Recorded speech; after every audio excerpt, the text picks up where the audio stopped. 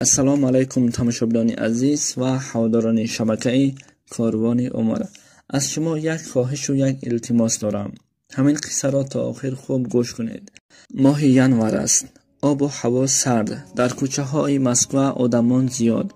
همه با کار و بار خودش سرسان و سرگردان.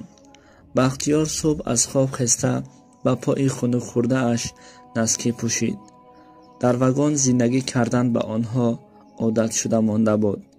بیچاره مسافران با این گونه حیات و با این گونه زندگی همگی عادت کردنشان عجبی نیست. آنها برای یک بریده نان از آغوش پدر و مادر و از آستانه وطن به او جایها رفتند. بختیار هم یکی از چنین تقدیرها بود. او هم عائله‌ام گفته در سرده زمستان روسیه کار میکند. از یک سو درد و غم و یاد پدر و مادر، برادر و خواهر، او با همین حال و فکر روزش را میگذراند. هر وقت با خانگی هایشان صحبت میکرد که حال مادرش باز خوب نیست. این خبر باز هم درد او را دو چند زیاد میکرد. به وطن برگردم گوید چاره نداشت، چون پول برایش لازم. 2 سال می شود که دختری را فاتحه کرده بود. باید عائله دار شود. زندگی را فکر کرده صبر را برای خودش انتخاب کرد و ناعلاج به کار می رفت. با همین دردی دوری از پدر و مادر کار می کرد. روزها می گذشت که روزی در کار بود. به گوشش زنگ تلفن رسید. وقتی بیند که پدرش زنگ زده است، در دل بختیار غم آمد. گفت بخیر باشد. پدرم در این روز زنگ نمیزد. چی شده باشد؟ گفته به پدرش زنگ زد.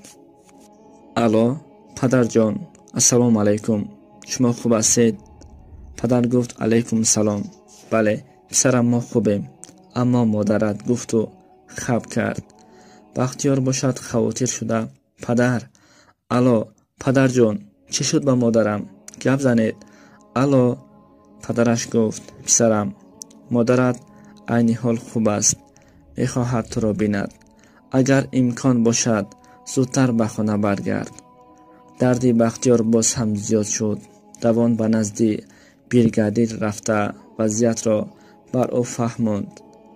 بریگادیر باشد گفت بخا جان، من حتما کاری تو را امروز به فردا بود میکنم و البته پول تو را آورده میدهم. بختیار همان روز را چگونه گذراند خودش نمیدانست. شب شد. آنها از کار به جای خواب، یعنی به واگن برگشته آمدند. همه استراحت میکرد که در همین وقت بریگادیر آمد. داخل واگن شد.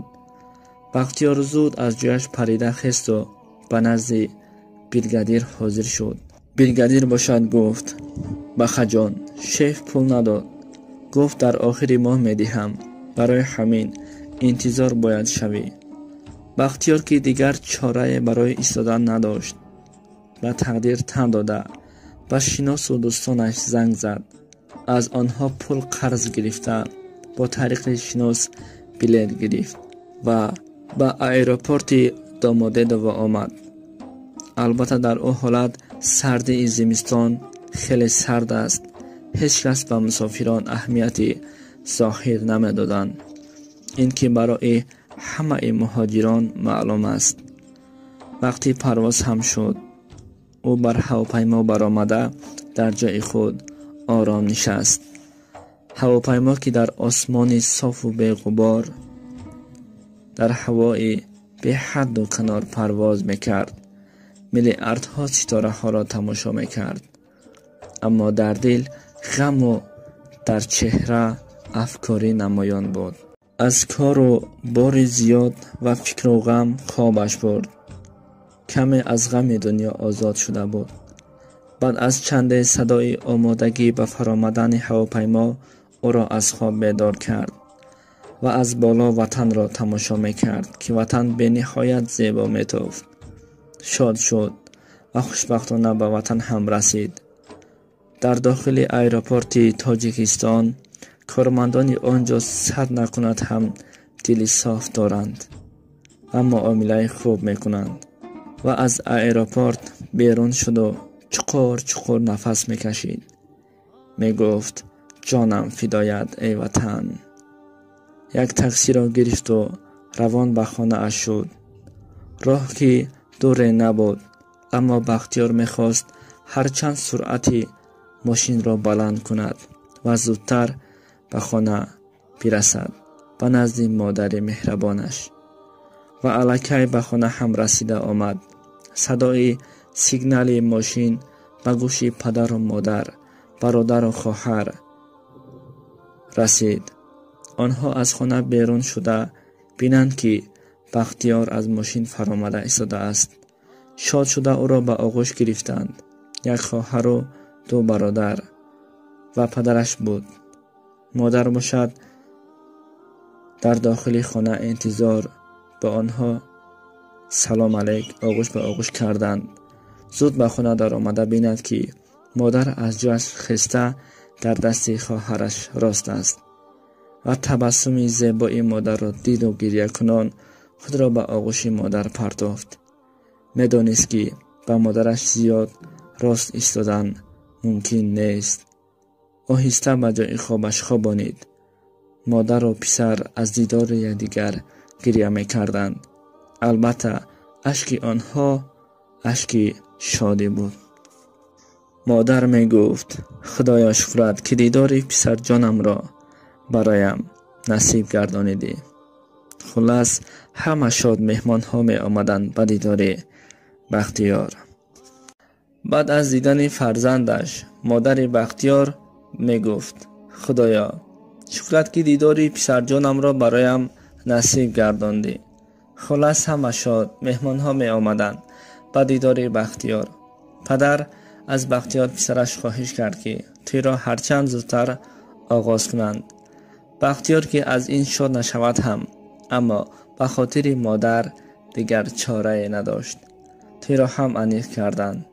عروس را برای روز جمعه آوردن آمادگی دیدند و همین طور روز جمعه هم شد. همه شاد و خرسند. مادر و پدر بختیار پسرشان را با لباس شهید دیده از شادی گریه می‌کردند. البته گریه آنها اشک شادی بود. شهر را به سر عروس روان کردند. مهمان‌ها خوش و تباران همه خرسند توی را می‌گذراندند. حافظها نیز آمده بودند. بعد از چند ساعت صدای کودکان برآمد که می‌گفتند عروس را آوردند، عروس را آوردند. همه برای پیشواز گرفتن عروس به بیرون برآمدند، غیر از پدر و مادر بختیار که آنها نمی‌تافتند.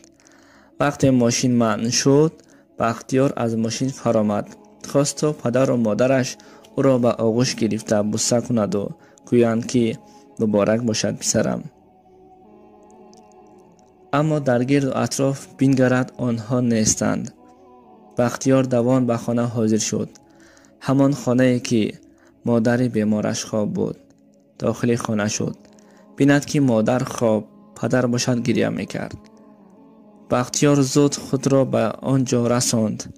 مادر جان، مادر جان می گفت. اما مادر باشد به جان خواب بود. الکی جان را به حق تسلیم کرده بود. بختیار باشد داد زد و گفت مادر جان، آه مادر، گفته گریه میکرد. صدای گریه بختیار را شنیده همه دوان به خانه آمدند. دیدند که بختیار مادرش را به آغوش گرفته داد میزد و گریه میکرد. از گریه بختیار خوش و تباران نیز گریه میکردند. اما بلندترین صدا در داخل خانه صدای گریه بختیار بود. عروس که با لباس سفید در نزد ماشین ایستاده بود او هم گریه میکرد. آینگه‌ها عروس را به خانه داخل کردند. بینید که در شادی و خرسندی غم را نیز دیدند. روز توی مرگ را نیز برآوردند. بختیار می گفت مادرم جان، مادرم. این بود همه مهرت، این بود شادی و خرسندیت.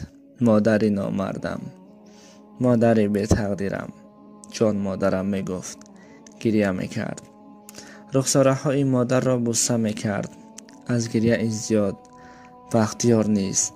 با لباس شهید در روز شادی غم و مرگ مادر را دیده از هوش رفت. این بود قصه امروزه ما. البته چنین حالت ها بسیار شده است و این حالت ها حقیقت دارند.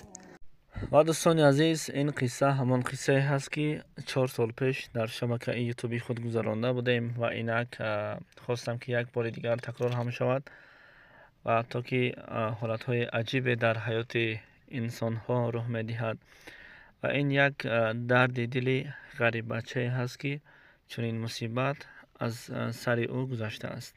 امیدوارم قصه به شما پسند آمد و دوستان عزیز، از همه شما احترام و نخواهش انتظار قصه های نو باشید. گرچند که تکرار هست و میخواهم که آن وقت ما زیاده از 15-20 هزار آبونچی داشتیم و امروز الانکه زیاده از 233 هزار هستیم. خواستم از سر نو برگوشی آنها نیز برسد.